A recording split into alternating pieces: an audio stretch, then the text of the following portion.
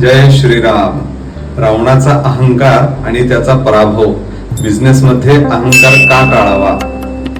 रावणाकडे बुद्धी, शक्ती आणि संसाधने होती, पण त्याचा अहंकार त्याला वाचवू शकला नाही.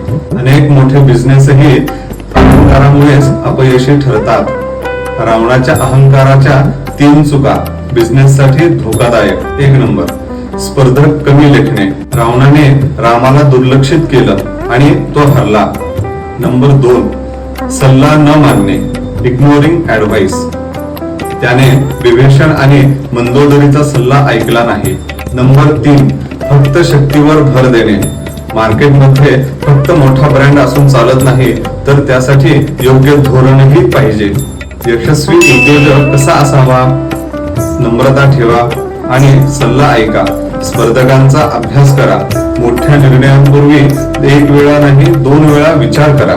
तुमच्या बिझनेस मध्ये अहंकार टाळण्यासाठी तुम्ही काय करता? कमेंट मध्ये नक्की सांगा आणि व्हिडिओ नक्की शेअर करा. जय श्रीराम.